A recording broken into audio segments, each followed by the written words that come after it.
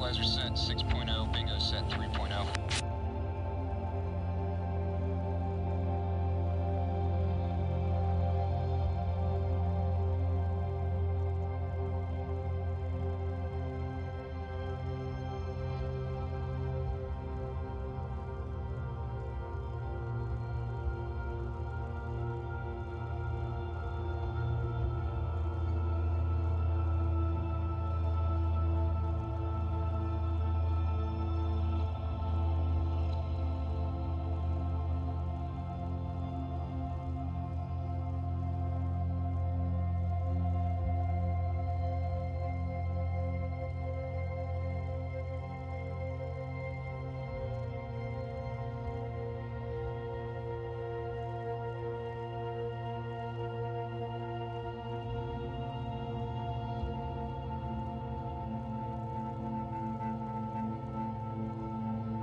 Alright, the only Avidine alerts I have is ADS-B GPS position on left and right, and then FLTA off on right, as expected.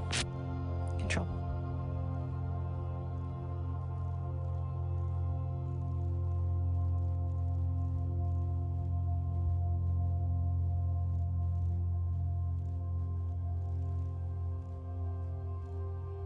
Test control, we're showing the FCS interrupt button is on. Copy, just tried it again. Looks good here.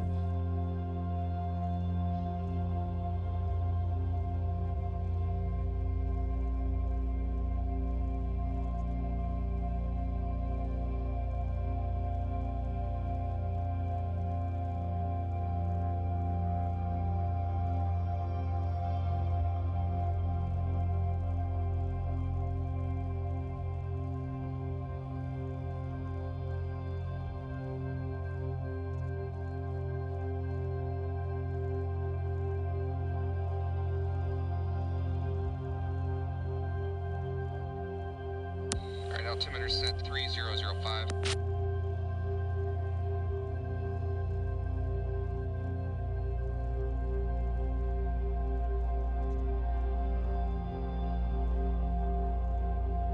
Alright, here comes no shake.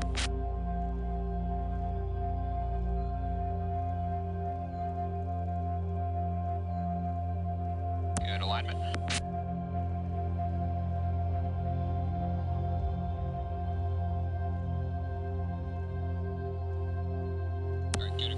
Across all three attitude indicators.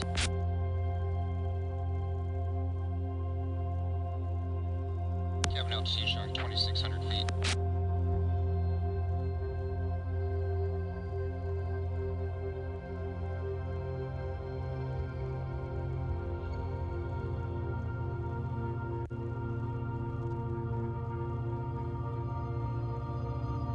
Gas messages are per the card, holding at step 26, fire test loop A. Test control, you are go. Fire test switch loop A. Here comes loop A. Good lights and messages, loop B.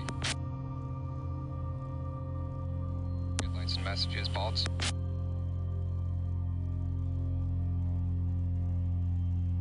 Good lights and messages, lights. Good lights test. Annunciator. Good test.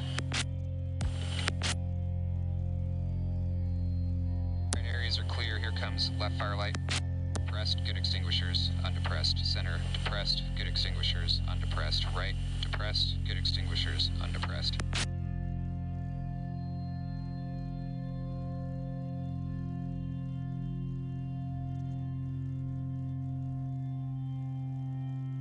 Heat's off. Let's go AOA vane trailing edge up. Right, positive alpha trailing edge down. Negative alpha, beta vane trailing edge left. Nose left, trailing edge right. Nose right.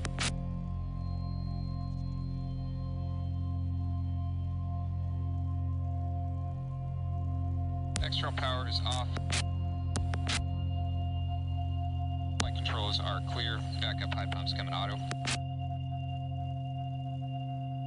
Needle press coming up.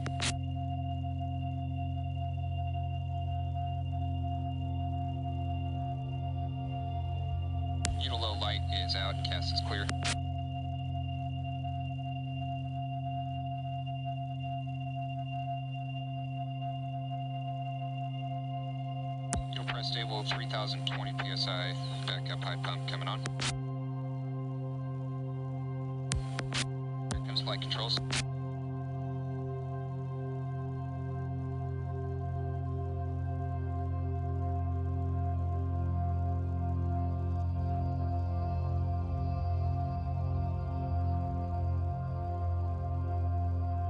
Alright, good, check.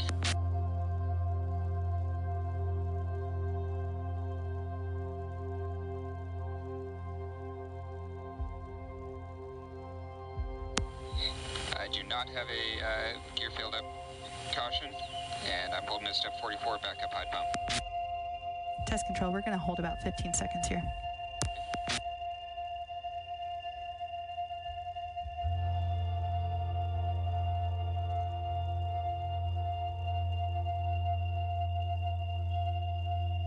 Test control, your go backup high pump knob off. Backup high pump's coming off.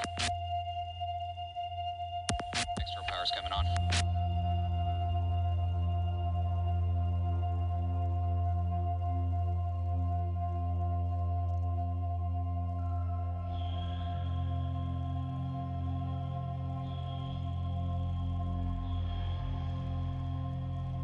Brake accumulator's 2950.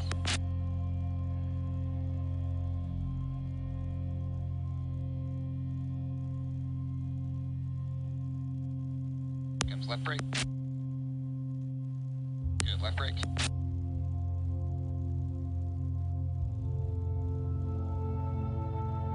Comes right brake.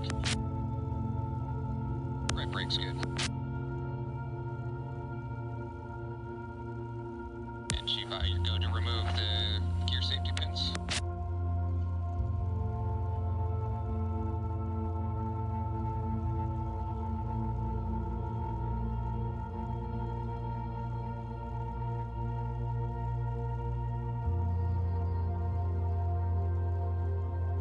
Gear safety pins are removed. Fuel supply, sec light. Depressed. Good, advisory. Undepressed. Advisory is clear. Fry leak light. Depressed. Good, advisory. DCA in. Brake leak lights out. PCB in. And AC3 in. Fry leak. Undepressed. AC1 in. Fry leak lights out. And AC2 in.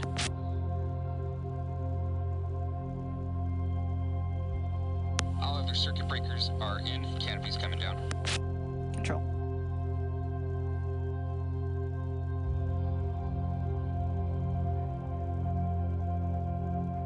Alright, canopy's down and locked before engine start. Check's complete. Ready for left engine start. Test control, we'd like to do a flutter station check-in. And in. That's flutter, how do you read? Out and clear. Just say. Test control, you are go left engine start checklist. Copy, oxygen mask coming on. Alright, I'm on 100% in normal, good blinker. Air has an adapter connected, area is clear. Here comes external air on the left.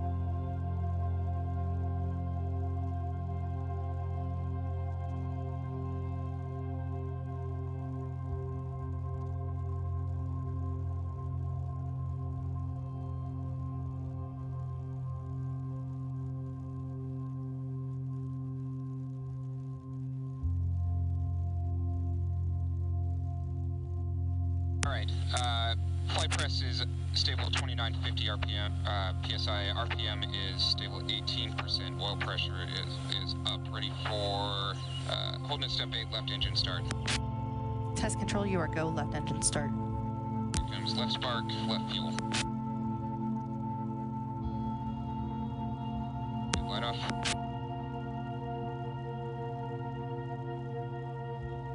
Start on the left, EGT peak 560, external air is coming out.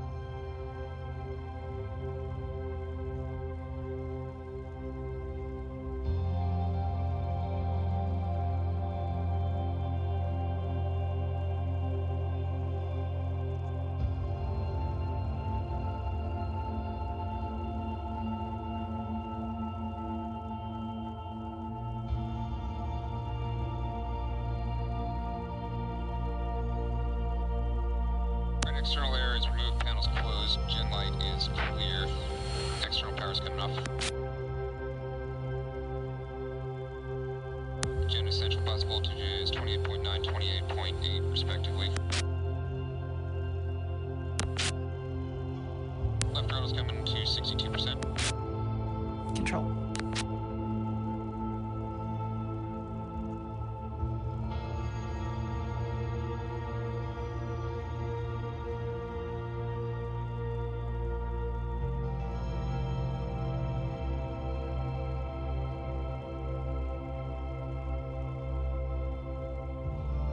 Throttle's coming to 62%.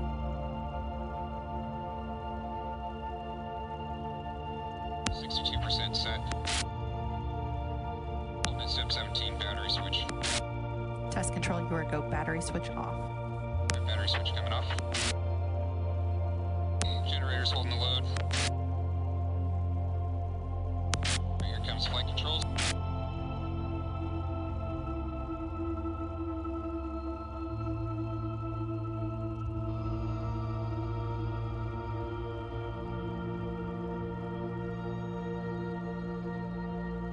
Good flight control check, backup high pump. Auto. Needle press coming up. Low lights out. Press stable 3000 PSI. Here comes flight controls again.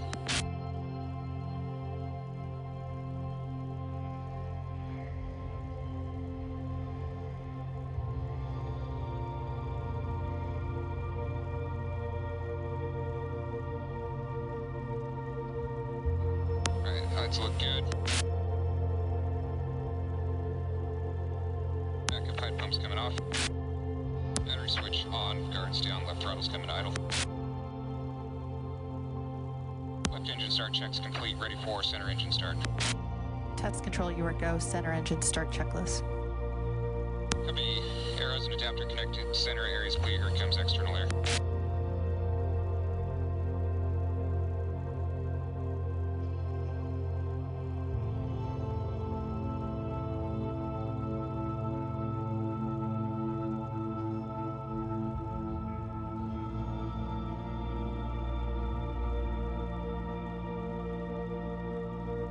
RPM's above 12%, holding at step 31, center engine start.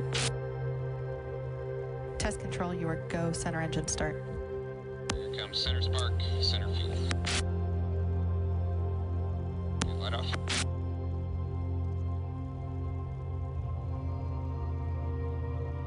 Good start on the center EGT peak 560. External air's coming up.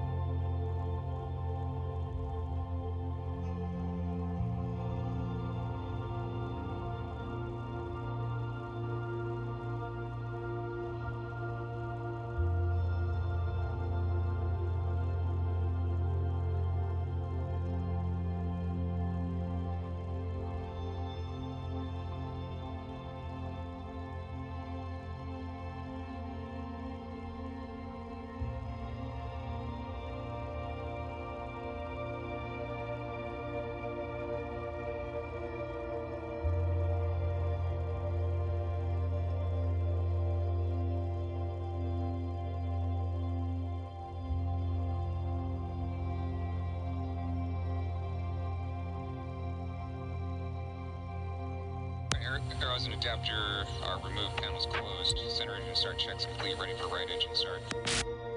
Test control, you are go. Right engine start checklist. Arrows and adapter connected, right area is clear. Here comes external air.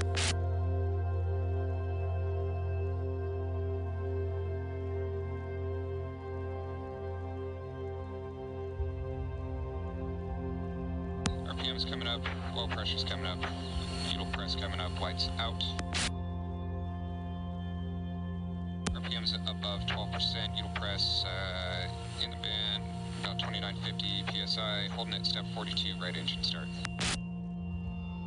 Test control, you are go. Right engine start. All right, here comes right spark, right fuel. Good, light off.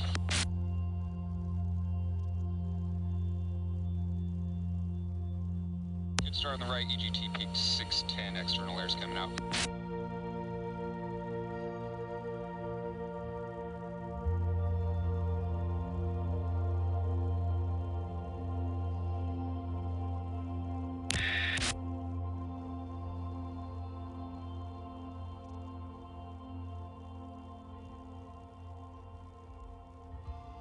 Test Chase 1, comm check. Loud and clear, Chase 1. Test Chase 1, comm check on my Victor. I got you loud and clear, Chase 1. Chase 1 up and ready. I'll be another 10 minutes or so. Chase 2 is up and ready also, wait. Copy.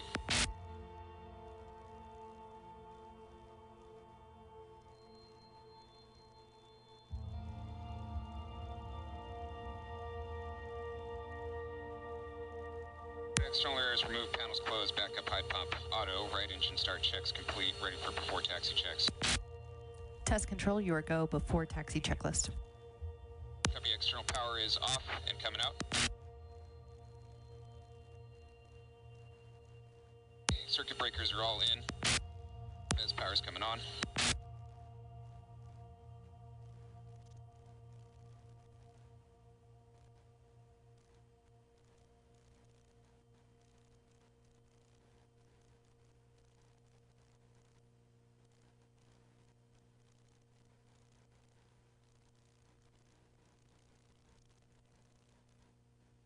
Center throttle's coming to 80%. Control.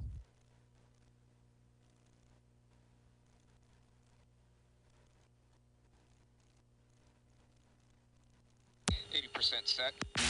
Cabin switch pressurized.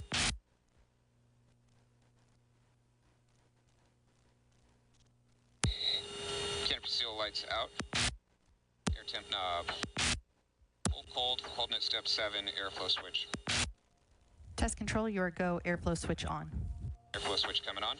Good airflow, good squeeze. Good canopy seal, cabin altitude showing 2,300 feet, cabin switch. Depressurize. Staying at 2,300 feet, cabin, bleed air button pressed, airflow stops, altitude's coming up a little bit. Bleed air button unpressed, airflow resumes, airflow switch. Ram. Air temp, auto, and center throttle's coming to idle. Control.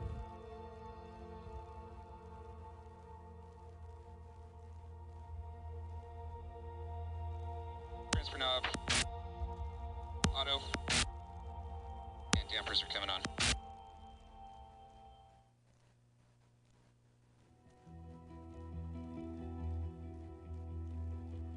Dampers are on, ready for a nose and wing shake.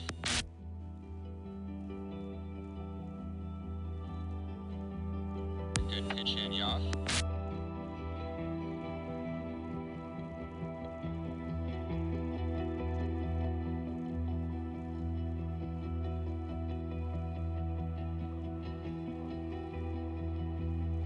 And good roll. Test control, dampers are nominal.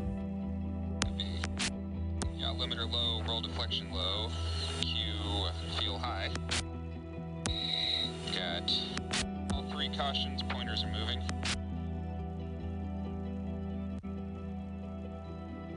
Alright, ready. Six coming aft. Full aft high force. Forward. Full forward high force. Six coming left. Full left restricted. Six coming right. Full right restricted. Pedals coming left. Full left restricted. Pedals coming right. Full right restricted. Yaw limiter high, roll ratio high, keep fuel low. Cautions are clear, pointers are moving. Pointers are correct, ready for a full sweep. Six coming aft.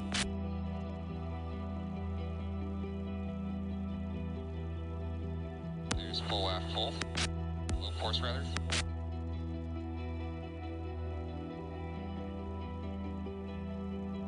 Neutral coming forward. Full forward, low force. Six coming left.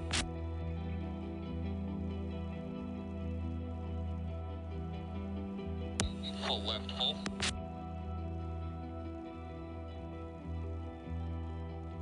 Neutral, six coming right.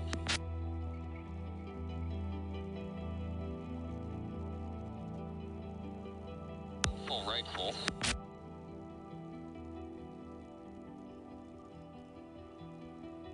Pedals coming left.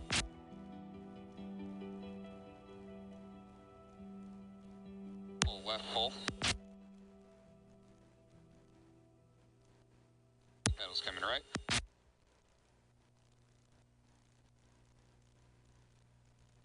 Full right, full. Stick pullers coming out. And release in 3, 2, 1. Mark.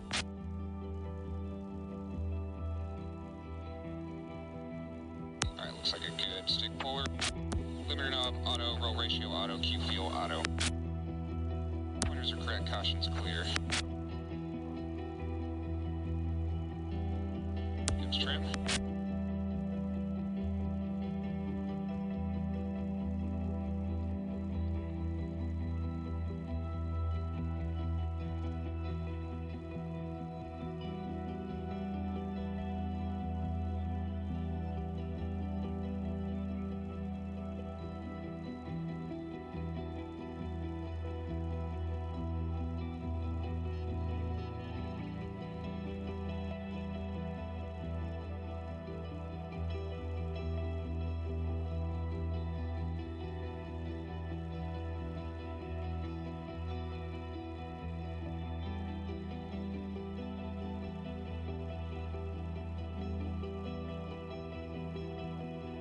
Alright, trim looks good.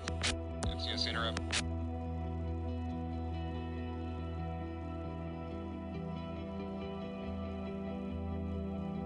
Alright, all 4 cautions and all 3 advisories. Trim doesn't move. FCS interrupt undepressed. Cautions are clear.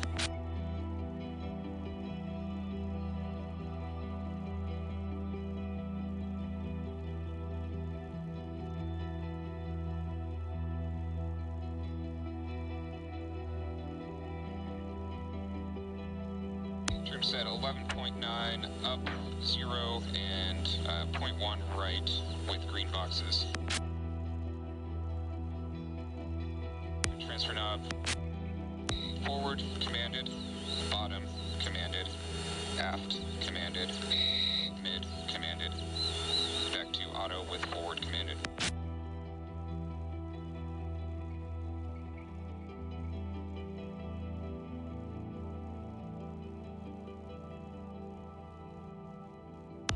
Full 120-2 is selected.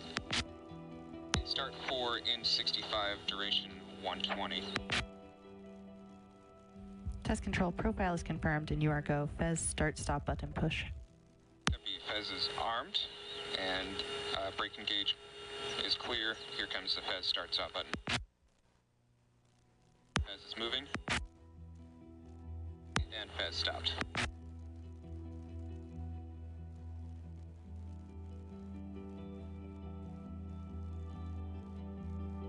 Pins are coming out.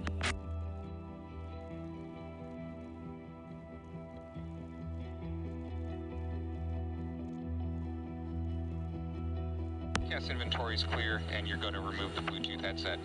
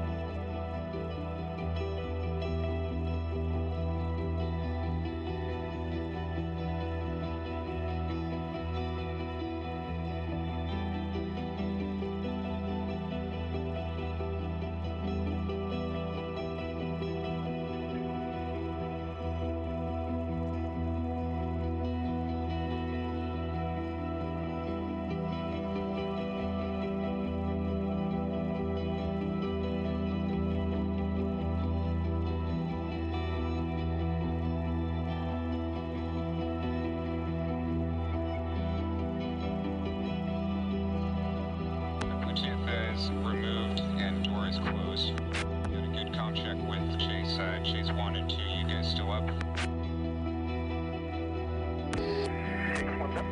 Chase 2 is up already. Holding at step 69 shocks. Test control, you are go to remove chocks and for the taxi checklist. Shocks are coming out.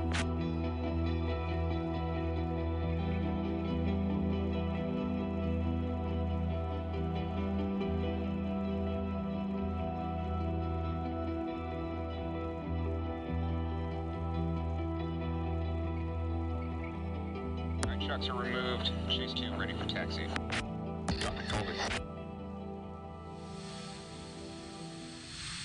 Welcome everyone, wherever you are in the world. Good morning, good afternoon, or good evening. Here we are at the Mojave Air and Spaceport.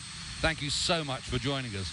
My name's Mike Bannister. I was formerly British Airways chief pilot for Concorde, flying supersonic aircraft at Mach 2, twice the speed of sound, for 22 years.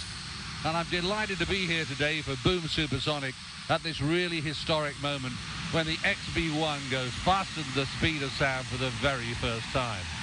It'll be the first civil aircraft to break the sound barrier since Concorde. And I'm joined here today by my good friend Greg Crowland, and also by my other good friend Nick Sharika, who's down on the fence line. But Greg, over to you. Hi, thank you, Mike. Yeah, my name is Greg Crowland. I was Boom's chief engineer for the XB-1 aircraft during much of its design, build, and test phases. So I'm incredibly excited to be here with you today, share some insights about the aircraft and the mission that we're going to perform. And the mission today is a big one. XB-1 is the first independently developed supersonic jet. And today is the day that we're going to go supersonic for the first time on this aircraft. The plan is to accelerate the plane to Mach 1.1, about 10% faster than the speed of sound. I'm now going to throw it down to Nick Sharika, down at the fence line, to see the aircraft.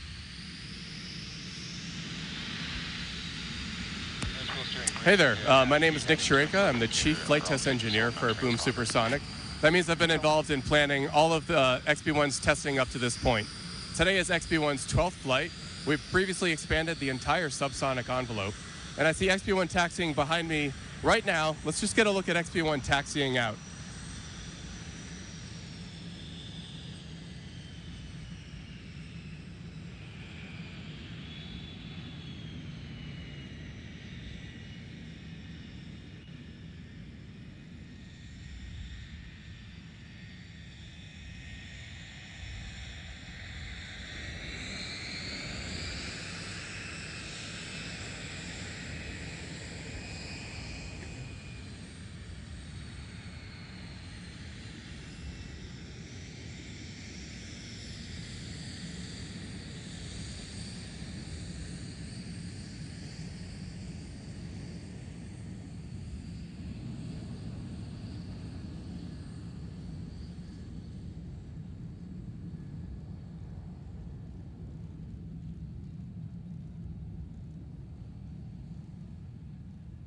fucking 0111. They are great. Doesn't she look gorgeous taxiing out? Yeah, absolutely. I want to point out here that so today in the airplane we have Tristan Geppetto Brandenburg. He's a former naval test pilot. Obviously was an operational pilot for a long period of time. Has a tremendous amount of experience flying both fast jets and doing flight test programs. This is an extremely, I would just say, this is an extremely specialized position and requires, you know, a very specific set of skills that he has. He's being joined by 2 chase planes today. We've got a Mirage F1 that is being flown by AJ Face McFarland, Face of the call sign there. And then we also have a Northrop T-38 that's also out there being flown by Matteo Brambilla, who goes by call sign Wiper. Those 2 planes are in a company XB-1 along the majority of the flight and serve a number of functions. But you can see them here, all 3 of them in line, heading down to the hold short. And what's going through the pilot's mind as they taxi out? Well, of course, especially today, an exciting day, the human instincts, that excitement, responsibility, a bit of nervousness, but a pilot places all of those at the back of their mind. It is all about safety, the mission, the test objectives, and that big team behind us being very precise, patient, and professional. Nick, can you tell us all about those chase planes that you can see down there? Yeah, sure. So as Greg alluded to, the first aircraft there is a Mirage F1, and that's serving the role of primary safety chase today. What that role is just an airborne set of eyes and additional situational awareness to the test team. The pilot, Geppetto, he can offload tasks to the chase aircraft like managing the airspace and talking to air traffic control so that he can stay focused on the mission and the test points that we'll be executing today. The T-38 is serving another role as photo chase today, and if technology plays with us very well, then we'll have some really gorgeous shots of this whole mission live. As we're listening to the control room and the pilot chatter, there's a lot of communication going on between the pilot, Geppetto, and the control room back here at base. And what's all that about? What are they talking about at this stage, and what's the role of the control room during the flight? Well, flight test really is a team sport, Mike. We've got, of course, Geppetto in the cockpit serving the critical role of test pilot, but also in the control room, we're joined by 25 engineers, and it's their job to review countless amounts of telemetered signals that are beamed from XB-1 live down to the ground. These are what we call safety critical parameters. So as we're expanding the envelope, there's just too much workload for any one pilot to perform in the cockpit alone. And so the control room serves as an extension of the airplane, and all those 25 highly talented engineers reviewing data live and making an assessment that everything is going according to the plan. Leading the control room today is Erin Young. She's serving as the test conductor, and it's her job to kind of filter and aggregate all of that input from the various disciplined engineers in the control room, and she'll be in direct communication with Geppetto throughout the entire mission. Jeff Mabry is serving as our test director today, and his role really is that of coordinating external assets and external support for the mission. Of course, it's not like an airliner that can just taxi out and wait for clearance and line up and off you go. There's a whole raft of checks still to be taken and undertaken before XB-1 can get airborne. And they're going through that process right now. That shot you saw a few moments ago of the control room looks a little bit like a NASA control room back in the day, with lots and lots of people sitting at their desks. And every one of those individuals and every one of the XB-1 team here has a no vote if they're not comfortable with something that's going on. They certainly speak up. It's a total team game. And that even extends out to being out on the runway. We'll have some ground crew out at the holding point. So Nick, tell us what the role is of the ground crew when they're out at the holding point there with XB-1. Right, so you saw a lot about how they readied the aircraft before taxiing out. And so the team on the ramp today is being led by Kurt Alger, the crew chief. And they were just eyes on the outside of the airplane as Geppetto performed his startup checks. Now, at this point, they're doing what they call last chance checks. They're at the threshold of the runway, and the team will just do a once-over of the aircraft. They'll do things like inspect the tires to make sure we didn't pick up any rocks or nails or anything like that as we taxi it out. They're just doing a final survey of the aircraft before Geppetto takes XB-1 onto the runway. And of course that's normal for ground test and test flight, and we can see that crew chief now walking up towards the airplane. Following the taxi, we'll taxi into position and do some engine run-ups. So, Greg, you're familiar with all of this. How does it look like it's going? Right now, I mean, it looks like it's going incredibly smoothly. You see there Kurt Alger going around again, getting those final checks on the panels and on the aircraft there. Supporting him is Eddie O'Hare. Checks are complete. And we're just getting Before takeoff checks. just confirmation Test there. control, you are go before takeoff checklist. Yep, so everything we do is Warning caution lights, cast messages are all clear. Canopy is down the lock panels, pull forward. Oxygen's on, 100% normal, masks on. Dampers are on, fuel systems are auto. Here comes controls. So what are we hearing here, Greg? I don't know, make sure we're leaving space here to hear what's going on, but everything we do is per a checklist. So from the moment the pilot got to the airplane, Controls feel good, hides look good. to what we're going through now is per a checklist. It is, you know, standard for every pilot, whether you're a private pilot all the way up to commercial or test pilots. Trim, I'm showing 12, 0.1 up, 0.1 left, and 0.2 or 0.1 right on the rudder, all in the green boxes. And what that is those are the trim. Anti-skids auto, backup high pump auto, transfer knobs auto, FLVS selected, GoPro. And what those are the trim settings we heard there. Everything's in the green boxes, making sure that all the control surfaces are in the correct positions for takeoff. You can see at the back end of the airplane there, the horizontal tail is deflected, slightly trailing edge up. That's about 12 degrees trailing edge up is the position for the takeoff trim setting for XB1. So we just go through all these checks, make sure the airplane is appropriately configured for the mission that we're about to undertake here. And again, he gets the support from the ground team. They have the visual on the exterior, making sure that, yes, the trailing edge up indication that we have external, it matches what the pilot is seeing internally as well. As Nick was saying, going over, checking the instruments, checking the tires, etc. He was being supported by Eddie O'Hare, who was out in front.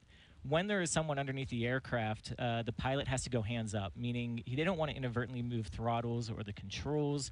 That would endanger the person who's underneath the aircraft. So they keep a visual line of sight with another individual. Now, in this case, I believe it was Eddie O'Hare, who was pointing out to the pilot where Kurt was underneath the aircraft as he was inspecting, the components there.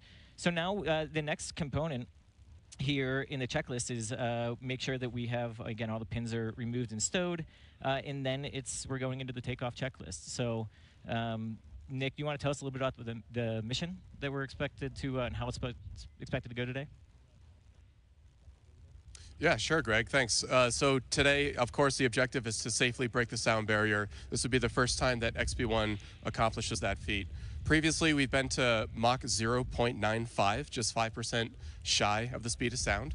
But we're going to do this today in a very special piece of airspace. We're going to take off, and climb to the east, and then turn around westbound and enter what's called the Bell X-1 Supersonic corridor. That's a special piece of airspace that's famously named after Chuck Yeager in the first ever supersonic flight of any aircraft back in 1947. We have special permission to perform this mission today from the Federal Aviation Administration. They've given us a special waiver to perform today's supersonic testing. This will be the first time any civil aircraft has ever gone supersonic over the continental United States. All right, throttles are coming up. And as they taxi into position, Nick, we can see the two chase aircraft accompanying XB1. What's the role of the two chase aircraft specifically? Stable. So what we're seeing here right now, Geppetto's actually just doing some engine checks, final verification that everything is within band, within parameters, limits for all the three engines. The two chase aircraft today, they're really just airborne support for Geppetto, helping offload any tasks that are required, keeping eyeballs on the outside of the airplane. If we have something like an oil leak or something, Chase can see it immediately. So the value of having Chase airborne on any test aircraft is pretty well documented, well understood. So I'm going to take a moment here to talk about what you're seeing kind of at the bottom of the screen there. We're providing you with a bit of the telemetry, honestly a small fraction of what's coming off the airplane. Throttles coming up for fuel burn. But what you see there is we have the altitude on the, there's a mission time. We'll just run a clock when the airplane takes off, but then we have the altitude.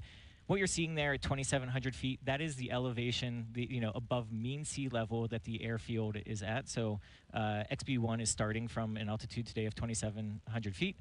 The Mach 0.1 and then the airspeed that you see there in knots, It's reading right now as having speed because the instrument actually has a minimum amount of, basically pressure that it can detect. So it always holds just a residual value of approximately 65 knots or Mach 0.1. As the aircraft accelerates, you'll start to see those numbers tick up. In Mach, again, is you're seeing that in right now. It's Mach 1 is the speed of sound. So every 10th of a Mach is 10% of the speed of sound. Airspeed is in true airspeed, so that is going to be the aircraft speed. Test control, I show you in band for fuel. Okay, we're go brake release. We're good for fuel. Copy, go brake release. And that's the indication that XB1 is clear to take off. 1 and 2, you guys set? Chase 1, 2 ready, go. You're clear for takeoff. Chase 1 set, see ya. So let's take advantage of this and just watch XB1 on her takeoff roll as she leaps into the air for the first ever supersonic flight of an independently developed civilian supersonic aircraft.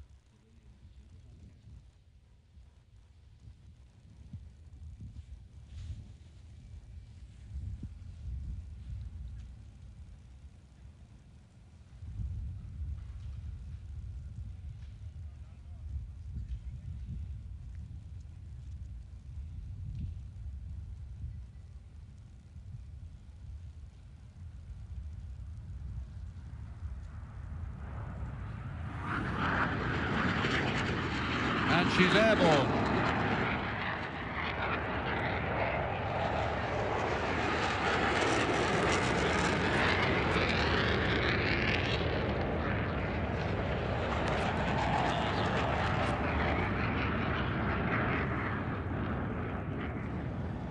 Wow, that was fantastic. Doesn't she look gorgeous?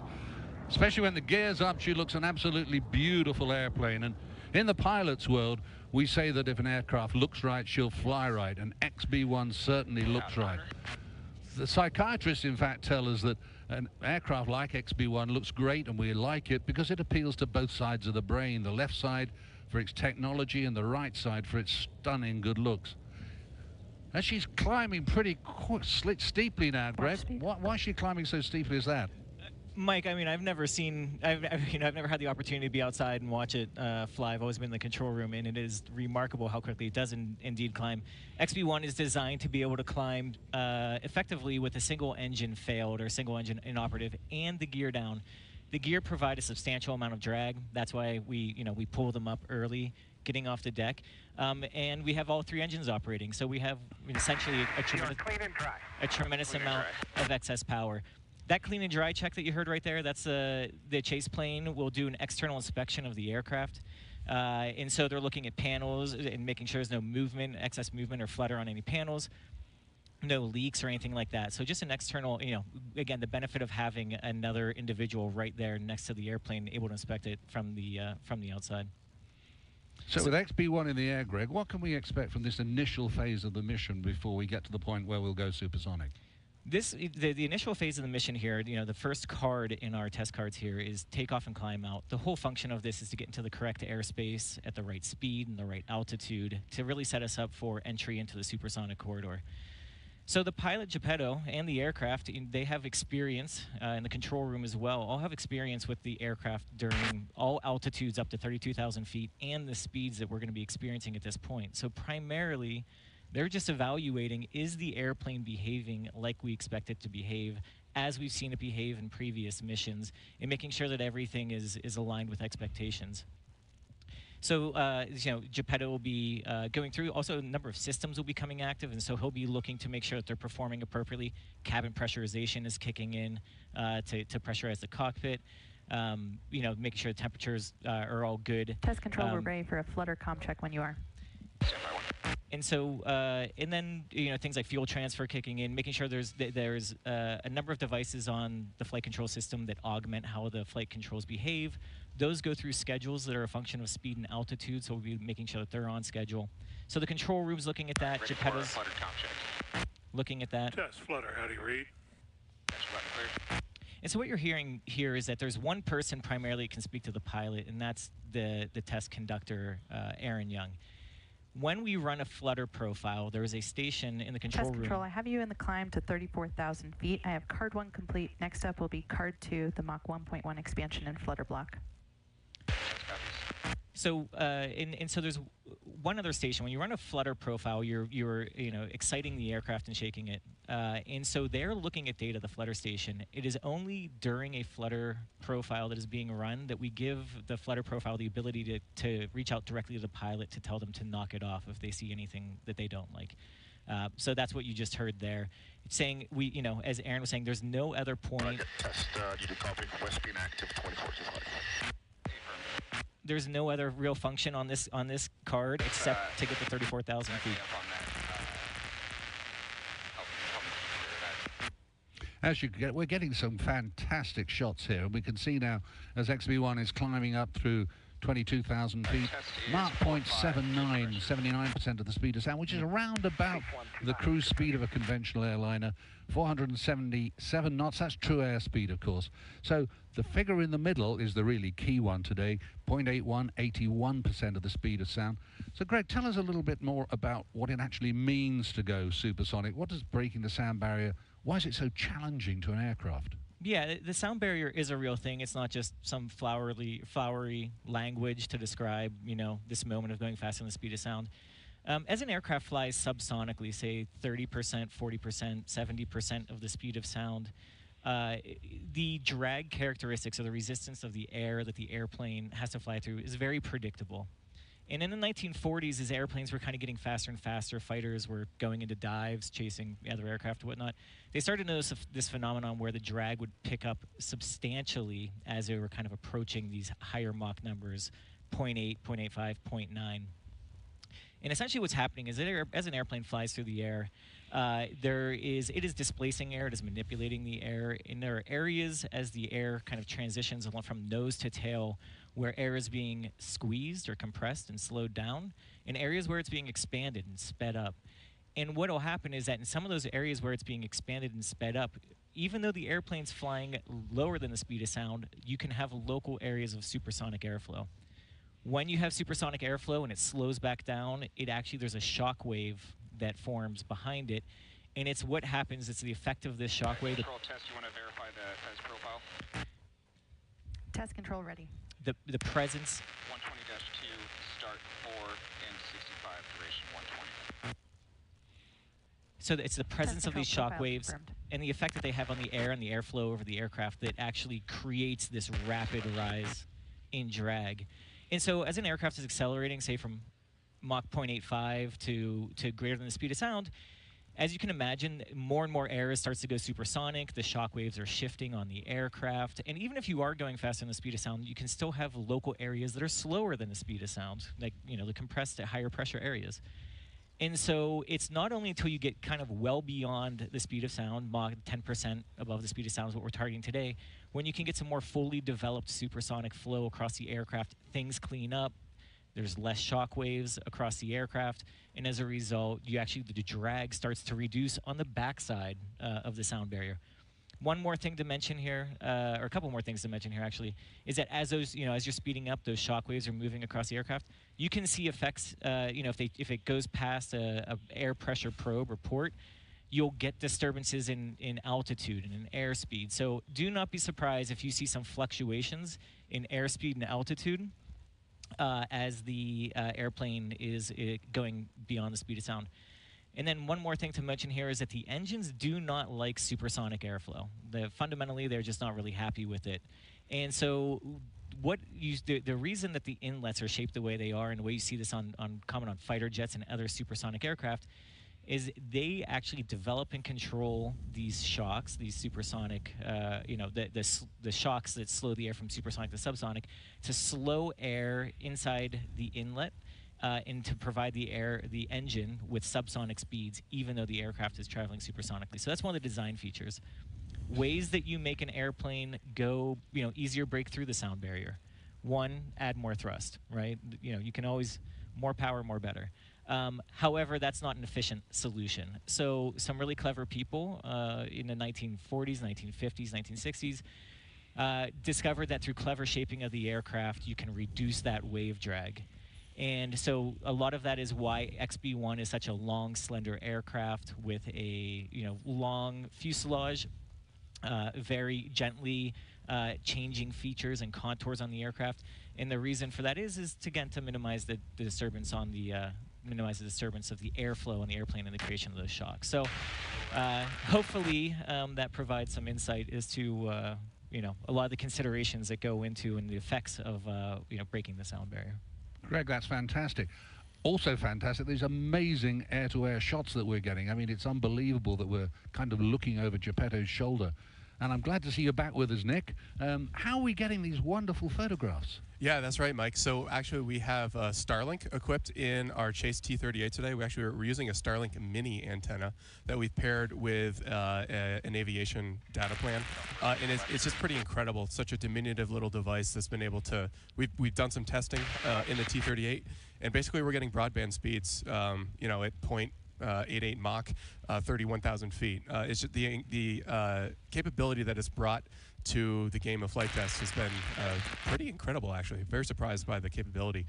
But that's what's enabling these live shots of XB1 in the air as it prepares to go supersonic. And we can see XB1 and the Chase in the turn now, looping around towards the area where we can go supersonic.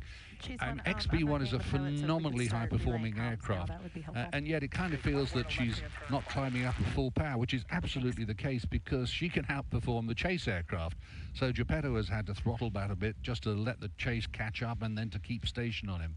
And they're doing that now in the turn. As you can see from the indicators on the screen, 32,000 feet, Mach 0.88, and that's faster than any subsonic aircraft goes. Above that Mach number, when we go supersonic, there will be a little yellow flag pops up to tell us that we're supersonic, but that's just a TV indicator. Greg, how do we know, absolutely know, when XB1 is supersonic?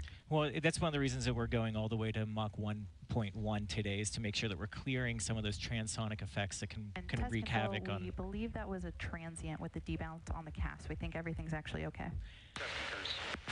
So, and why we're going to 1.1, make sure we make through all these transients that can cause error with the air data sensors, both with altitude and airspeed. We also have. Yeah, I think they're about to actually issue your go for Excel, so let's listen into the control room comms. Test control, your go for Excel to Mach 1.1. Go for Excel, Kestrel Gate. Kestrel Gate, go for Excel. So this is the really exciting part. Watch the Mach number in the middle of the screen. Chase 1, full gate. 3 engines and afterburner. Mach number's ticking up.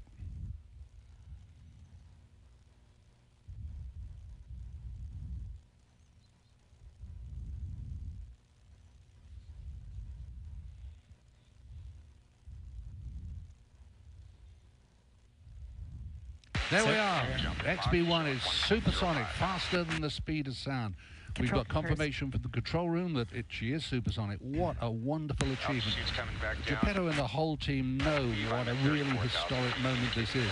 The first civil aircraft independently constructed that has ever flown supersonic. And Geppetto is the first pilot ever to do it. It is really thrilling moment. And we can see her right now watching it. Nick, how do you feel? Fantastic. Mike, I've been working on this program for years. Not just me. So many people have poured years worth of effort into this moment, and to just think that this is the first civil supersonic aircraft in American history, I'm to the moon excited about how well that went. We saw the Mach number lingering there a little bit. It kind of paused at 0.97. We actually expected that. We talked about that in this morning's brief, how sometimes the air data doesn't really know what to do with that onset of the shock wave when it actually hits Mach 1. But then it came back at, we saw 0.04, I think was the first indication. But here we are at Mach 1.1. Airplane looks great, and they're into testing. Flying supersonically, what's the experience like? Well, from my experience on Concorde, there's absolutely no physical sensation once you're supersonic. There's also no physical sensation of going through the sound barrier. When a plane's traveling at faster than the speed of sound, and today it's up around about 770 miles per hour, you really don't realize it. And yet, today, for instance, XB1 is traveling so quickly that a distance like that between, say, San Diego and Los Angeles could be covered in just a mere 10 minutes. She's actually flying faster than the Earth rotates. She's going so quickly that the sun is going literally backwards in the sky. It's quite an amazing experience, and yet that's the really clever thing that the aviation engineers succeed in doing, to make the experience so that an aircraft can do all of this while the passengers are just sitting in comfort, and even sometimes they have to put indicators in the cabin to make sure that the customers do know that the aircraft is flying supersonically. So Nick, I mean, tell us a little bit more about what's going on for this stage of the testing. Yeah, it looks like we're just kind of flying straight and level, but I can tell you there's a flurry of activity happening in the control room right now. The flutter engineers, we just activated what we call the flutter excitation system, and the loads and dynamics team within the control room are looking at the data about how the aircraft structure, when it's vibrated, how it interacts with the airflow on condition supersonic Mach 1.1. So they're actively monitoring that we call it aeroservoelasticity, is the dynamic of the aircraft structure. That's what they're focused on. As soon as that flutter test is complete, we're going to enter a phase that we call a flying qualities, handling qualities block. And that's evaluating how XB1 is to fly. The flying qualities portion relates to the hands-off behavior of the aircraft. Geppetto will actually disturb the airplane and roll, pitch, and yaw, and then he'll get actively in the loop for the handling qualities block and test what it's like to maneuver. Yeah, I'll just say right now we've decelerated back from the speed of sound, and the reason I believe that is for airspace considerations, which we only have a limited amount of airspace to work with here, which kind of limits how much testing we can get done on any one pass. So the team will look at some data here and evaluate and see if we want to make another pass to get into those handling qualities evaluations. Of course, that's one of the issues, that is a very limited piece of airspace available to us, and the aircraft is traveling so quickly, it's quite normal for it to have an issue with going outside the airspace. And of course, Geppetto is fully aware of that, and so he's monitoring where he is and making real-time decisions about how to control the speed of the aircraft to remain within the airspace. So we're not quite sure yet whether we're going to do another acceleration, but the aircraft has gone supersonic, and she was supersonic for just under 4 minutes. Greg, I saw your face when we went through the sound barrier. You must be absolutely thrilled. I mean, I can't be more excited. Obviously, you know, the mission's not over yet. The real moment of relief and excitement happens when the airplane gets back on the ground. But as Nick said, we've been working on this for a real long time, and we've thought about this moment. This moment has been a motivator for us for years now, and you know, it's just, these are one of those kind of like once, twice, kind of in a career moments if you're lucky. If you're lucky, you get these opportunities, and just incredibly thankful that you know, that we've had the team that we've had and been able to accomplish the things, you know, that got us to this point. And you know, I can see now that we're still at 34,000 feet. We're in the turn. We're heading back to the east, so I anticipate we're going to accelerate again to get some more data here. Would be my anticipation, as we discussed in the brief this morning. So let's watch listen that to the control clock room number. there. Yep. So kind of 2 for the price of 1, really. 2 supersonic flights for the price of 1. And just to see the team, they're absolutely thrilled, you can see here. I've got to go to the right side for Sun. And there we are, supersonic again. Knock it off, knock it off, knock it off. Just going through the sound barrier, pop up to Mach 1.1, and then she'll probably come back down to route back towards the west and back towards home by routing over Edwards Air Force Base and then back to Mojave Sea Air and Spaceport. So Nick, she's come back down through back to subsonic speeds. What happens next? Yeah, so this was a contingency that we talked about this morning. If we weren't able to get all of those test points done in one supersonic run, we were planning on doing a second one to try to capture all that data that we would like to capture on condition supersonic. So I think that's what they just executed there to get those last test points. Well, the aircraft is still routing out towards the east, but she'll start a swing round in a moment to come back towards the Sea Air and Spaceport. And the handling characteristics at this stage, from my experience, are amazing, that the aircraft, a supersonic aircraft, can be handled so gently. You probably didn't see any movement on the aircraft when we were going through all those tests, because they are minute movements. I mean, we talk about making tests on the aircraft's handling qualities, but they really are small movements that Geppetto is making, aren't they, Greg? Yeah, and I do want to acknowledge that we did hear a knock-it-off call from the test conductor. That is not an uncommon call that you hear during the flight test program. We're still up at about 33,000 feet and flying around at Mach 0.9, and then the control room will evaluate whether we want to get more test points today or not. And then obviously at some point we become fuel limited. But yeah, everything is a measured kind of decision on the airplane. And also, the pilot being extremely good at what he does, knows how to handle the aircraft and, during these supersonic test evaluations and handling qualities evaluations. So, we got the right people for the job. Well, I mean, and it is absolutely amazing, historic milestone, or milestones, as we went supersonically twice, because Boom is the first independent company ever to design, build, and fly a supersonic aircraft. And this is a demonstrator to demonstrate Boom's ability to do that. It's a capability demonstrator. And we all believe that innovation in aviation is necessary to get the industry to move forward. The industry has only really gone backwards in time in the last 20 years since Concorde stopped. Historically, the human race has always wanted to go faster. I mean, the horse was domesticated over 6,000 years ago to enable people to chase up their prey or run away from things that are chasing them. That was around about 15 miles an hour. Then ships came along and they got gradually quicker and up to around 25 miles an hour. And then latterly, in the latter parts of the 19th century, trains came along maybe up to around 50 miles an hour. In the early part of the 20th, cars could go up to 70 miles an hour, and then aircraft came along a little bit later than that. Initially 100 miles an hour, then the jet took it up to 400, then jet airliners to 650, and now we have supersonic aircraft that will be the forerunner for the Overture supersonic airliner that will be going up to Mach 1.7, twice as fast as a conventional airplane. That's the vision of Boom, and that's the objective of all of this activity. And I'm absolutely thrilled to see a civil aircraft flying supersonically once more. Greg, it's incredible to see this milestone after working on it for 8 years. I know how involved you are in the program. Really, how does it feel now to see the airplane turning and starting to route back towards Mojave? Again, just fantastic.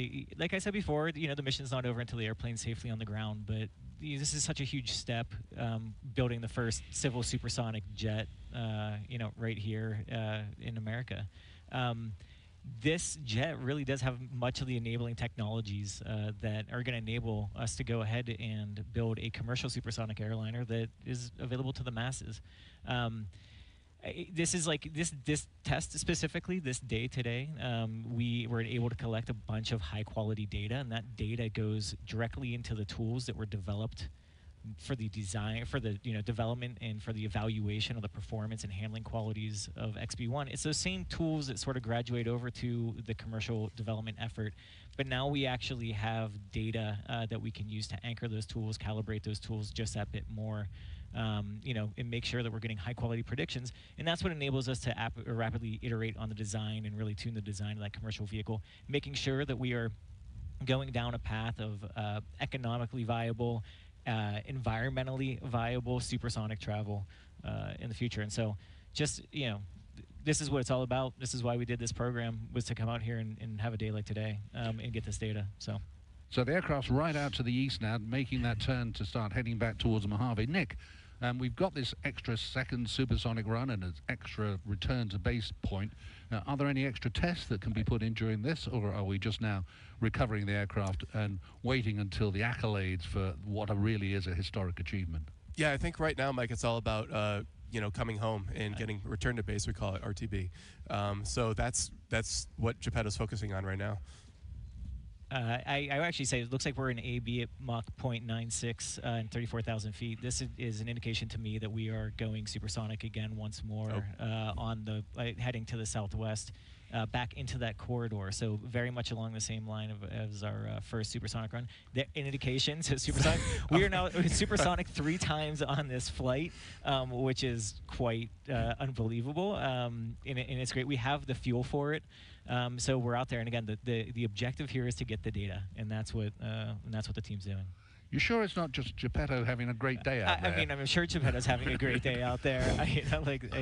It's interesting because I know that Geppetto's been supersonic a lot of times in his life and in his experience with the F-18s. F-5s that he flies for Navy aggressor squadrons, etc.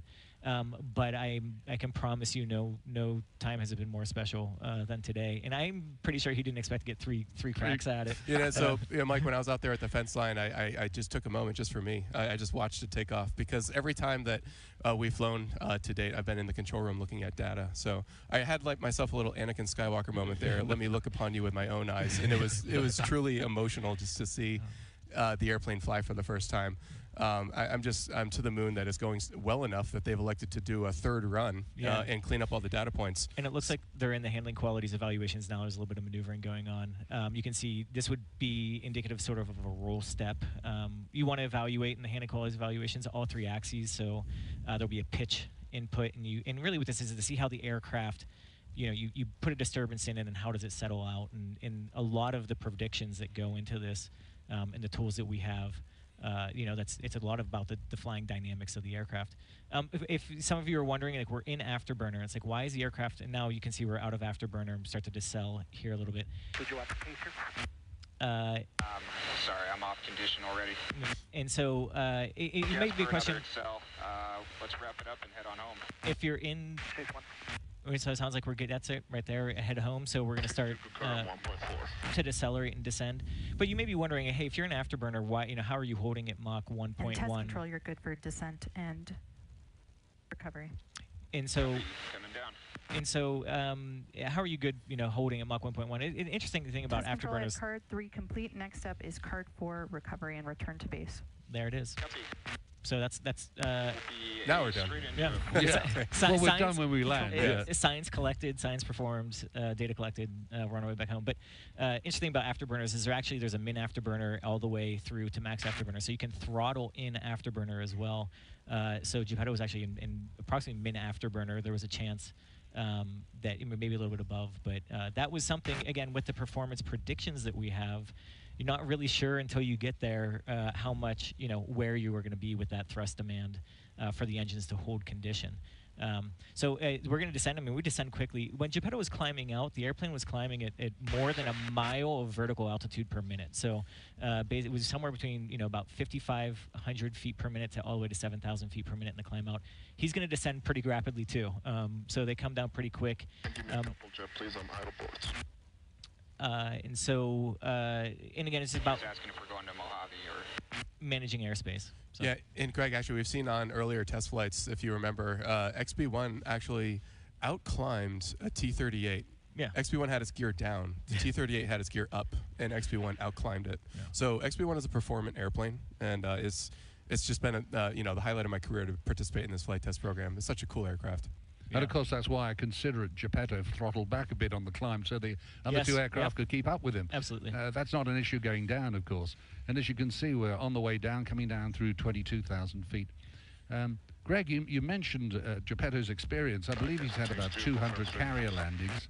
And in a carrier landing, of course, there's also a chap or a lady that stands on the carrier and gives you landing directions. Now, I believe we're going to use that later on today. So, do you want to take this opportunity just to highlight what that's all about? Yeah, so in the Navy, they have an individual that stands on the back of the ship called the LSO, or Landing Signal Officer. And this has been employed since the early days of aircraft carriers and still is used today. That individual will help talk a pilot down to the landing point. And in this case, we have an individual who's going to be standing next to the runway, basically right abeam of the touchdown point. And what they'll do is they'll give verbal feedback to the pilot, both start a right turn here. Both about altitude. So on glide slope, if you're above glide slope, below glide slope. Reset altimeter 3005. And then if you are left or right of center line. So those are the kinds of calls you hear. When the pilot makes contact with the LSO is called paddles. That is because back in the day they used physical paddles to give these sort of visual indications as well. And so they'll make contact. They will have exclusive use of the comms. The pilot, you'll hear him relaying numbers. It might be something like saying 1.8 on initial contact. That is the aircraft's fuel state. That gives paddles information about, do I need to get the airplane down on the ground now, or do we have a go around? Can I wave them off if something's slightly off nominal, etc. And then they'll talk them down. That's not the only landing aid. The primary landing aid that we have on this aircraft is a forward-looking vision system. And so you know, back in the day, your day, Mike, on Concorde, you guys had to have that droop. Altimeter is reset 3005. You had to have that droop nose in the visor so that the pilots could physically. Here, and that'll set us up for a straight in. Sorry. So if we could physically see the runway, you know, and have visual contact with the runway, because you know XB1, much like the Concorde, when flying on approach at slow speeds, they're very nose high, even though they're descending. So that nose is sort of in the way and blocks the runway. So we actually have 2 cameras on the nose gear. So when the gear come down, the pilot will have the use of these cameras. The cameras are purely redundant. So if there's any, you know, we have an issue, if there was a, you know, in the way off chance that we ever had a bird strike, if one of them hit a camera, we'd have a second camera there that the pilot could utilize. And so basically, if Geppetto on approach could see through the airplane, he would naturally be looking down through his multifunction display, and that's where the camera displays. And so he is actually flying on a video screen. Expect a fuel low momentarily. Continue. And that is one of the that is one of the technologies that will carry over to the Overture aircraft as well. Cuts out a lot of weight, a lot of complexity with having a giant mechanism just to move a nose. Now we have high resolution displays and small cameras. So of 170. Thanks, Greg. Nick, we just heard the control saying we had a fuel low warning. What exactly does that mean? Yeah, so that's just an indication that he's on the last remaining fuel tank. So there are 5 fuel tanks in XB1, and this is expected. This is par for the course. But he's on his main tank, which is the largest tank in XB1. It holds the most amount of fuel. He's burned the peripheral tanks, and this is the tank that we typically land on. We like to be on that main tank with approximately less than 2,000 pounds of fuel for landing. XB1 can land heavier than that, but it's just it's more load on the gear. More energy gets put into the brakes when we land heavy. So it looks as if we're at the sweet spot actually for landing. So we're actually managing the flight to ensure that we don't land with too much fuel. That's right. Yeah. Okay. And you'll see when XB1's on final approach just how nose up she is. Of course, there's also the conventional instrument landing system that'll help Geppetto, but what's going through his mind right now, I wonder? Well, I kind of guess he won't be thinking too much about the excitement of 3 supersonic dashes. He will be later. He'll be concentrating now on getting the aircraft lined up on the center line on the correct descent path. Now, you can see from the digits in front of you, we're just going down through 6,000 feet, bearing in mind that Mojave is 2,800 feet up. So we're really just about 3,000 feet above the ground, slowing right down into final approach speeds. And of course, accompanied still by the 2 aircraft accompanying the chase aircraft, and that's what's giving these wonderful pictures. And I guess it won't be long until we see the gear coming down. Standby gear. Here it comes. There it is. 3, 2, 1, mark. So that's the mark for Geppetto to select the undercarriage down. Here she comes.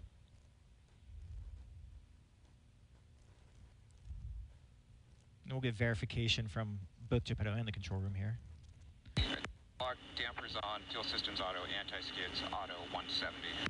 That's the landing checklist that they just completed. Yep.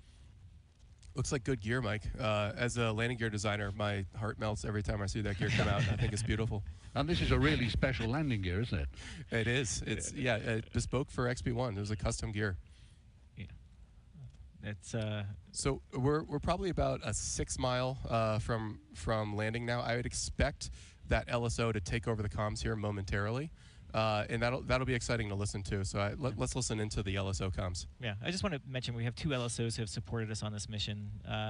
Zach Pleiss, call sign Sprite, again a former naval aviator, and Charles Wickware, call sign Wignut. I believe we're going to hear Charles on the comms today, would be my guess.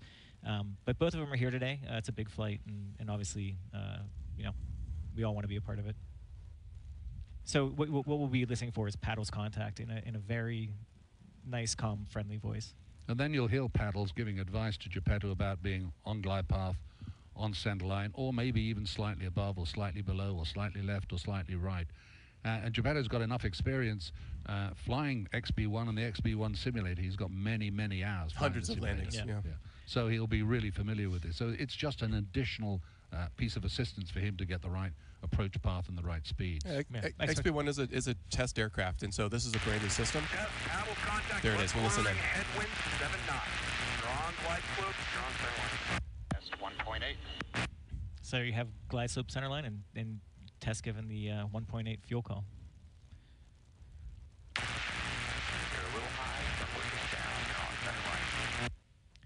you can see there like a difference between the angle of attack of XB1 versus the the Mirage next to it. A little high coming down on center line. Like those airplanes are flying the same speed, both in the same descent, and one of them is substantially nose up. High coming down on center line. That high angle of attack, a characteristic of the Ogive Delta wing. Concorde had a high landing angle of attack. Very similar to that. Approaching glide slope, you're on center line. There's glide slope, you're on center line. On glide slope, on center line. On glide slope, on center line, 50 feet. On center line, 40. On center line, 30. 20, 10, 5, 3. And she's down right on the numbers. Absolutely beautiful. Right on the numbers, right on the center line. And I'm going to turn around and watch her roll out down the runway. What a beautiful sight, and what a really successful day. Good brakes. Awesome. Getting a little bit of a flyby from the T-38 and the Mirage F1. And so XB1, yeah, we'll continue the rollout down the runway here. You heard the good brakes call, which always gives Nick a bit of relief, being the brakes guy at one point in time. But Geppetto will take it really easy. He'll roll it down the runway and just let the speed bleed. But we do have to clear the runway because we have two other aircraft to recover here. Both of the chase planes expect to be landing here. And of course, things aren't over yet. Although we're landed, there's still quite a bit to do, isn't there? That's right. And so we heard the call out there briefly before Geppetto was getting configured for the landing of approach speed of 170. We actually update that. Given the weight of the aircraft, there's a different speed that we land at, and so the control room will back Geppetto up on that. I mean, he greased it on. Geppetto has made it look easy every single time he's landed. This is his 11th landing. In the real XB1, of course, hundreds of landings in the simulator to prepare for it. So Geppetto's going to roll to the end of the runway, and he's going to turn left onto taxiway Alpha and come back, and he should actually park right behind us here at this desk, maybe about 5 minutes from now or so. After that, there's a standard checklist that he'll execute to safely and properly shut down the airplane. And after that, you'll see the crew chief, Kurt, will probably, and his team will swarm the aircraft, perform a series of inspections on the airplane, make sure everything looks good. You'll also see somebody connect a data cable, an Ethernet cable, right in there to the side of the airplane. And that's the most important part right there. After the safe landing is assured, it's all about, show me the data. We just collected some really valuable data, and I can't wait to get my hands on that data. The entire control room team is going to spend several days poring over the data that we collected here during today's flight, and they're going to be checking the actual performance that was demonstrated against what our models predicted and how we expected it to fly. And it's really the confirmation of our tools that enabled us to predict the performance of a supersonic airplane, validated against actual flight test data. That's the whole point of doing flight tests right there, is to prove that your ability to design and build and predict how an aircraft is going to perform, that's actually true. And so we've got our litmus test here today, our proof data that we'll use to inform future efforts on Overture. And of course, in the airline world, after you've landed, it's important to get to the terminal as quickly as possible, get your customers disembarked. You don't want to be wasting time, but it's not quite like that today, is it, Greg? No. I mean, for a start, we've got to get down to a minimum fuel, but there are other things that need to be done. Yeah, and so we choose to get down to a minimum fuel. It makes it easier on the maintainers. It makes it easier to turn the airplane around. But yeah, again, like we said, we go through this checklist just like we do prior to flight and in the pre-flight and even in flight. There is an after-landing checklist, and as Nick said, it's just about making sure the airplane is properly configured so we can do the things that we need to do and really get this airplane turned around in short order for our next mission, which hopefully will be if we don't see anything that needs to be rectified or adjusted on the airplane, this is, we could expect maybe a next mission in the next 10 days or so. Nick, do you have any more information on that? Yeah, so this is not planned to be XB1's last flight. We've got another flight coming up where we'll go supersonic again, and that might happen as shortly as about a week from now or so. And we're planning something special on that flight as well, too. We've demonstrated that XB1 can be safely operated at at supersonic speed. Our data review process will confirm that after we've checked everything. And then what we're actually planning to do is to get some really spectacular imagery of an aircraft in supersonic flight. The details will be announced on that pretty soon, but what we're looking to do is actually capture some special type of photography called Schlieren imagery, and that allows us to actually visualize the shock waves that are coming off of XB1 while it's supersonic. That's what's in store for our next flight. And you can see the video pictures of XB1 taxiing in, and we can hear her here. Yep. And shortly we'll be able to see her coming in, and here she comes. Let's just watch XB1 taxiing in.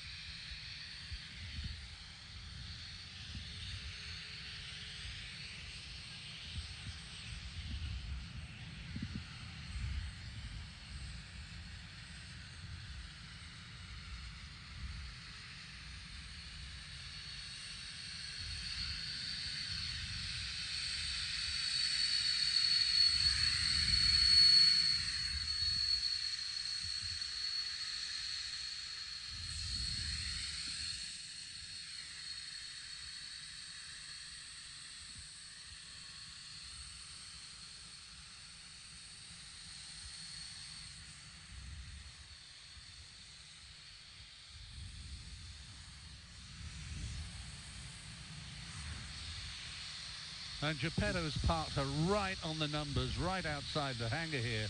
And as you can see, or we can see here, people are gathering cameras, video cameras. They're all coming back from the park line where they were watching the flight. A drone flying past the aircraft to give really good views of the whole aircraft. And I think I actually caught a smile there from Geppetto at that very moment. And you can see the ground crew just getting to work, immediately, securing the aircraft. Again, we want to maintain this as a healthy test asset, obviously. They'll do another inspection. So engines are off right now, mercifully. A little bit quiet out here, but they're going to do a walk around of the aircraft to make sure, see if there's anything that they need to get a start on before the next mission. And yeah, they're on their way over there. I think this actually is going to conclude my portion of the broadcast, but I do want to.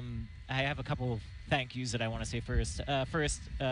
Mike, incredibly appreciative of you coming out and spending your time with us here today and participating in this event. But not only that, obviously you've been an advocate for this mission and a friend of this company for an extremely long time. And you've been super helpful in just, you've given your time to us, and I can't thank you enough for your participation. I also want to thank Blake. Obviously, without Blake giving us the opportunity, trusting in us to do this mission, none of this would be possible. And so I wouldn't be here today if it wasn't for Blake Scholl and Boom Supersonic. So incredibly thankful for, again, like I said, his trust in us and providing us this opportunity to go out and do what we did today. I want to thank a whole bunch of folks who participated in this program. We've been working on this plane for a long time, and there's members of the team who made significant contributions to the aircraft who are not able to join us today.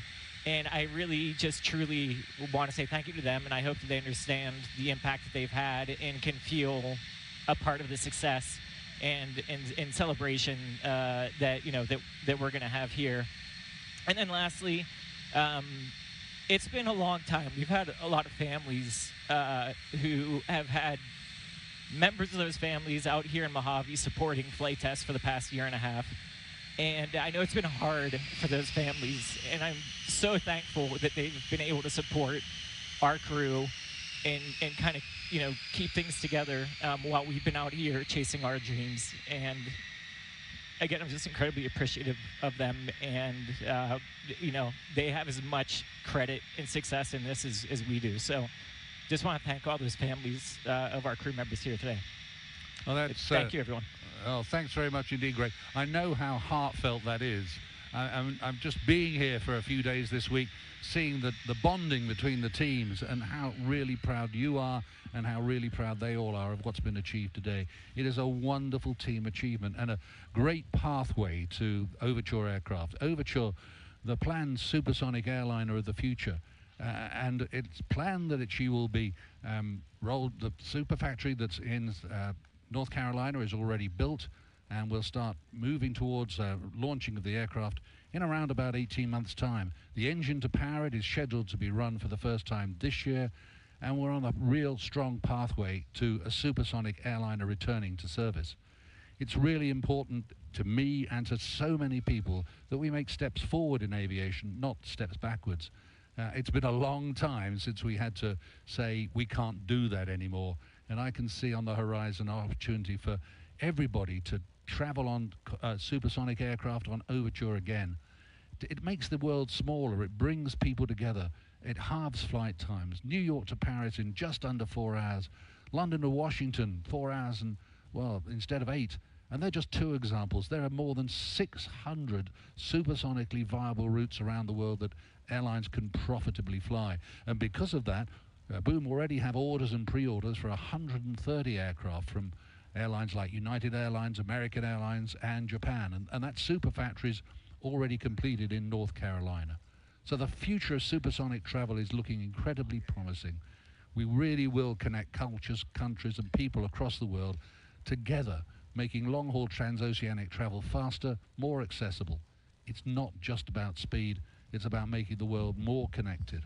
So I'm on my own here because the other 2 guys have left. They're out on the ramp. Let's have a look behind us and see whether Geppetto is coming down the steps, and yes, he is. So let's watch him deplane and then hand over to Nick out on the ramp.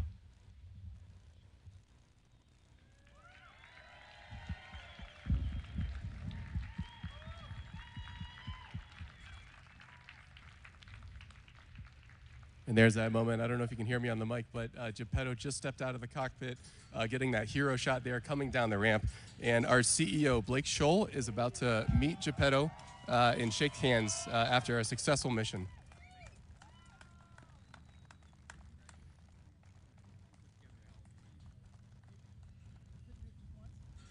No, I had to do it. Had to get 3 of them in there for you. 3 in there, yeah. Congratulations, you are the fastest civil pilot alive. Well, thanks, Blake. Thanks for putting together this incredible team who built an incredible aircraft. She was real happy Supersonic, and that's the best she's ever flown was Supersonic. Awesome. Well, congratulations and well done. Thank you. Thank you.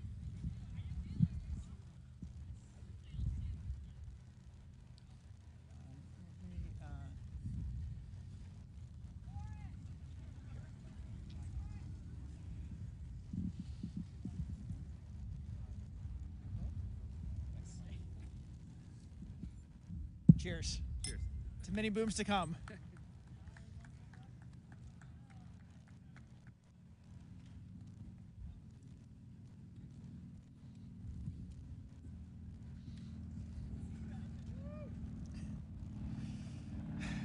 So,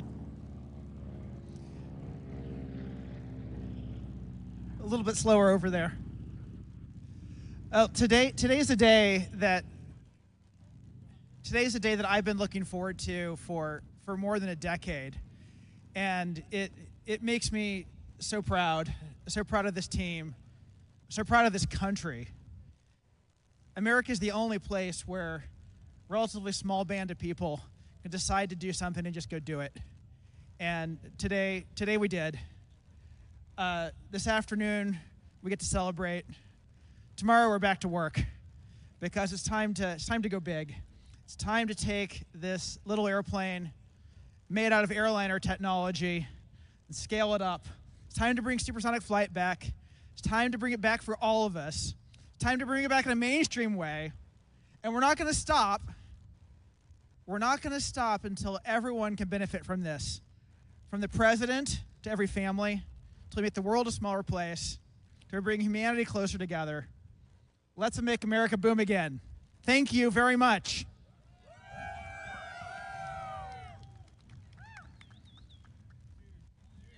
Cheers. Please join me in thanking the remarkably small group of men and women that have been working tirelessly to make this happen. There are many, many days along the way where reasonable people who cared less would have given up. Many days where there were problems we didn't know how we'd get our way through. but we kept going, and that's why we're here today, and we're going to keep going, and that's how we get there tomorrow. And I would like to give just a special thanks to Geppetto. Everyone in this program has been committed and invested in the outcome, but there's a reason history remembers test pilots. Because you had the courage to get in the seat and to take an airplane to a place in the flight envelope had never gone before. So thank you. Thank you for taking that risk. Thank you for giving everything you've got for the future of flight. Thank you, Geppetto, and cheers.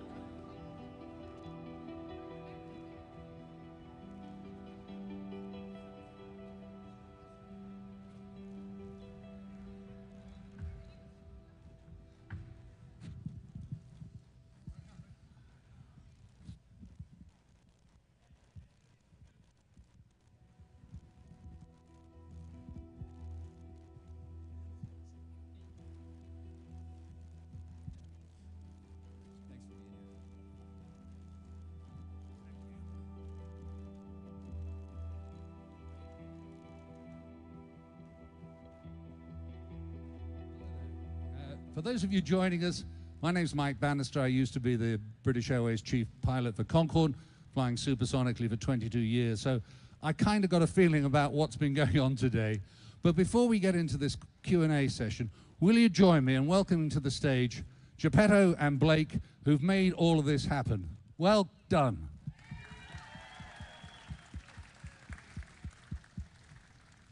Fantastic, guys. Up here with me, Blake Scholl, the founder and CEO of Boom Supersonic, and Geppetto, who flew the aircraft today. So the dead simple question to start up with, Geppetto, is how do you feel? Well, I'm not sure my brain's fully caught up with me yet. I think it might still be flying supersonic. A little bit shaky, just excited to be here and grateful to be a part of this team. And you enjoyed it so much you had 3 goes. Yeah, that was a contingency that we had briefed. If we didn't get everything we needed on one supersonic run, then we briefed that we'd be able to turn around and do it again. So I don't think anyone in the control room was surprised. It wasn't exactly the plan, but we had it was a backup plan. And Blake, this has been your brainchild. It's been your baby for the last 10 or more years. How does it feel to see this coming to fruition right now, right here?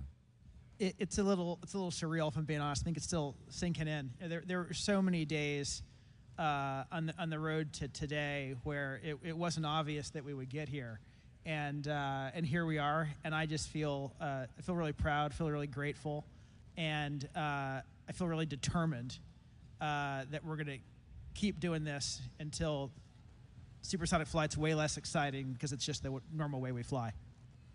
Geppetto, back to you. When I was in amongst the crowd just now, one of the people out there asked me, how does it feel to fly supersonic? So how does it feel to fly supersonically 3 times in one go? Well, it's always exciting. There's something special about going faster than the speed of sound. I'm sure you remember your first time going supersonic, right? It was probably in an airplane that had done it before. Yeah, so was mine.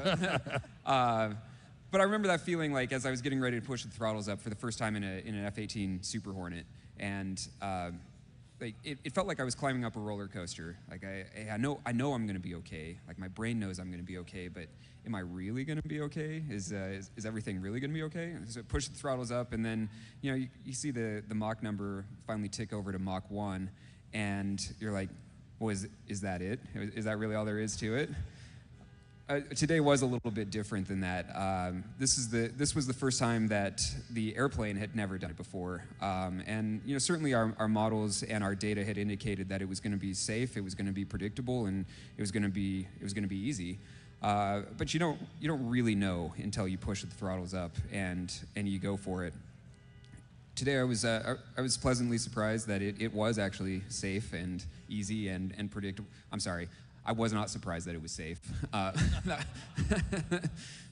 There was no doubt in my mind that was going to be the case, but it was smooth, it was predictable, and it felt great. If I remember what you said yesterday, you said you were more nervous about the press conference than the flight. 100%, yes. Quite rightly. I was very jealous thinking of you flying the aircraft because it was absolutely fantastic. But to put it in context, I mean, we talk about the first supersonic flight of XB-1, but Geppetto is the first pilot ever to fly an independently developed civilian aircraft supersonically. This just has never happened before.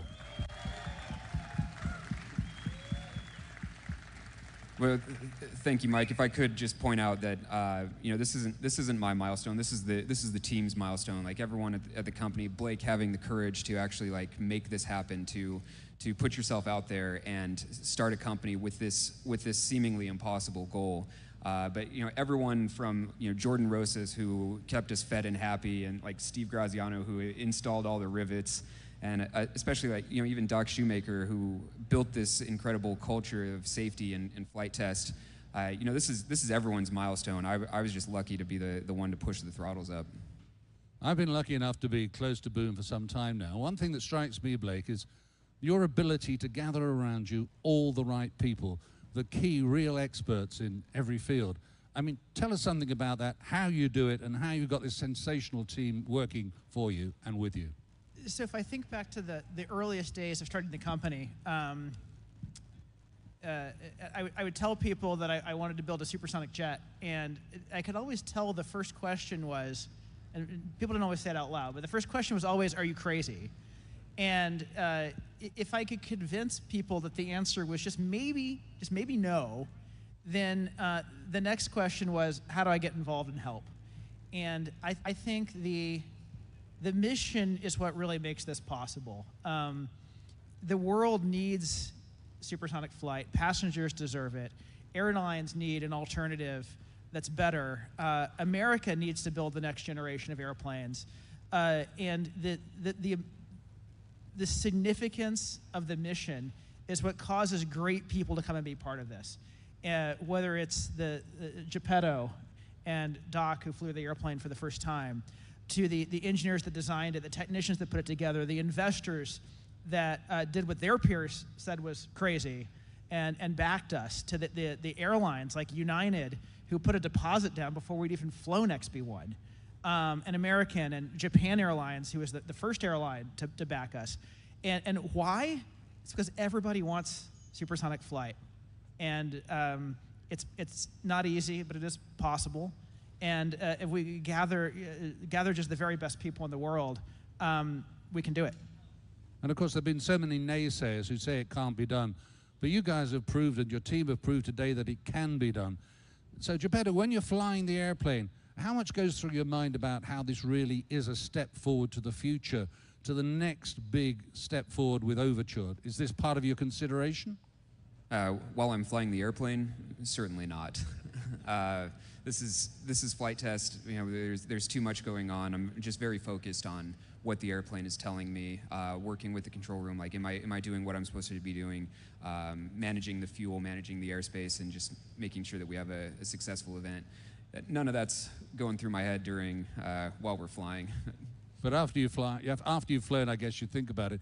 We were talking earlier on the broadcast about this is not the last flight of XB1. What are the plans for the next flight, Geppetto?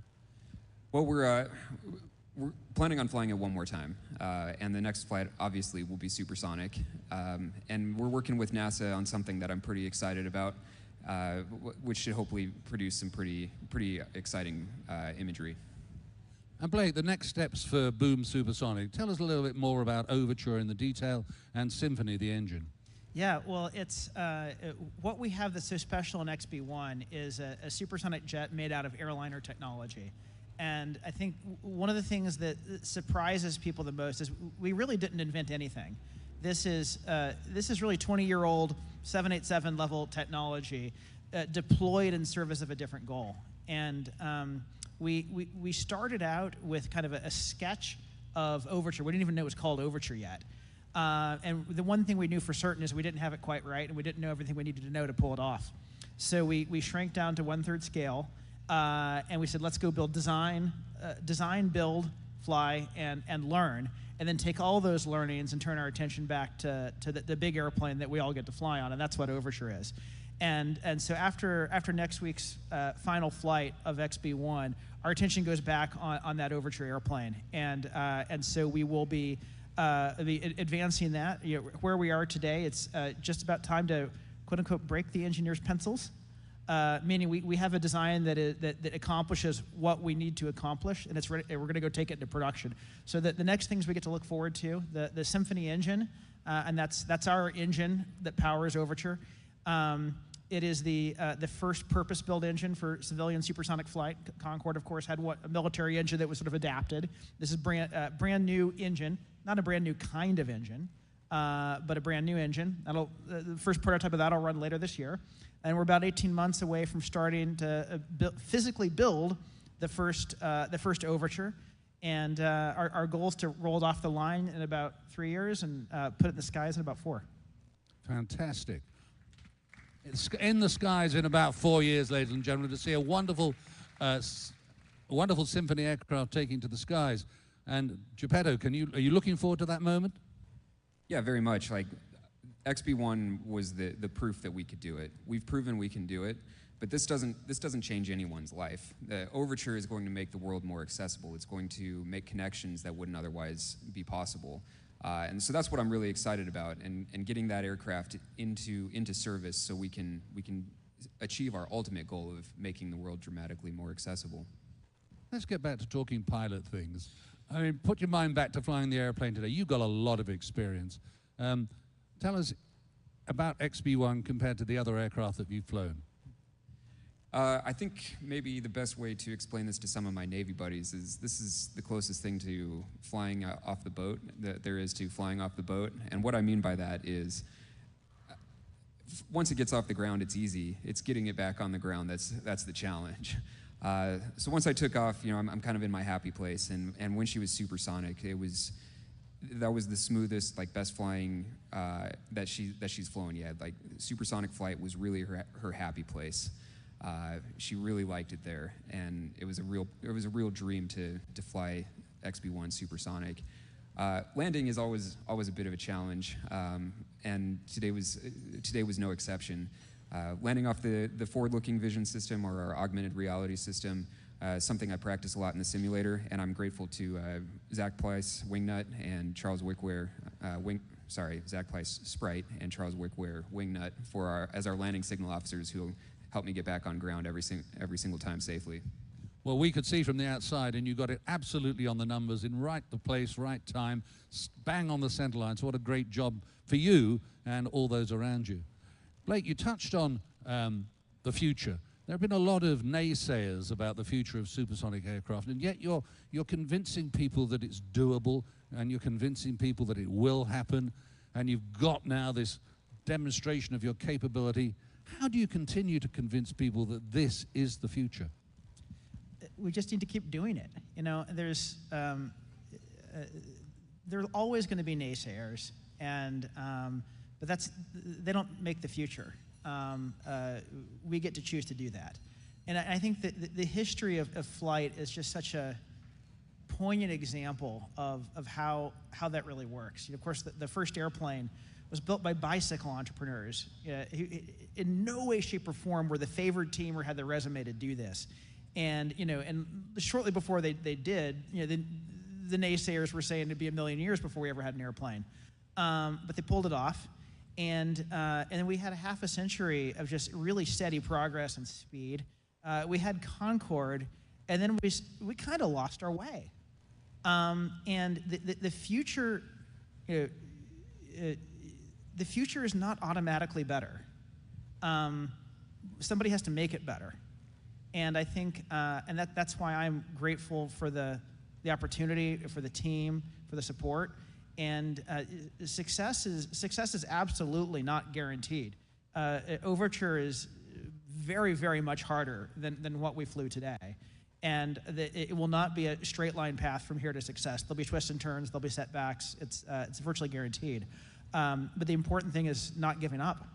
And maybe one day we'll have a skeptics flight across the Atlantic. And would you like to compare for us your philosophy within Boom Supersonic about how to go about building exciting airplanes compared to the legacy major aircraft manufacturers that are out there right now? Do you do it the same way, or do you do it differently? We think we should do it faster and better. You know, in the 40s, 50s, 60s, you know, airplanes were developed very, very rapidly compared to what they are today. And yet today we have better technology and better tools than ever before.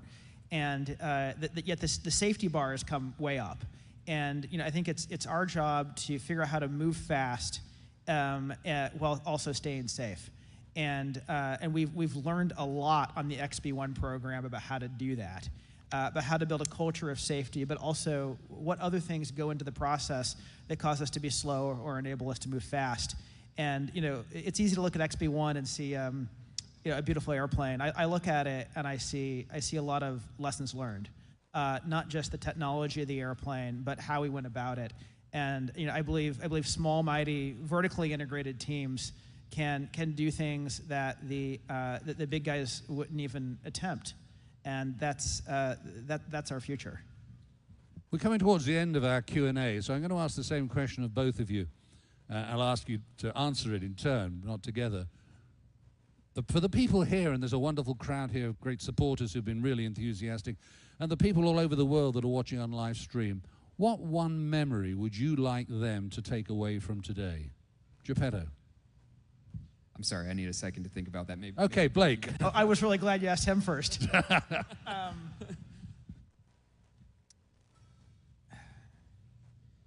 I don't know if it's about today exactly for me. It's been 10 years to get here, and if I could, if there's any one thing I could just share with the world, it would be to work on the biggest, most important things you can always work on, and whatever you do, don't give up. And if you do that, then you get to have days like today. Thanks, Geppetto.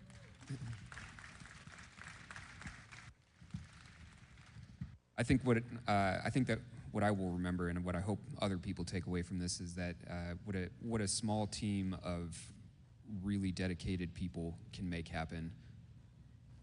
Fantastic. Ladies and gentlemen, Geppetto and Blake.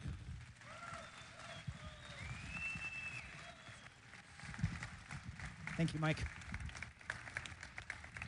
Thank you very much indeed for joining us, those who are here, and for those that have joined us on live stream to witness the first American civil supersonic jet break the sound barrier and the first civilian independently produced jet ever to go faster than the speed of sound. Ladies and gentlemen, Boom Supersonic and the XB-1.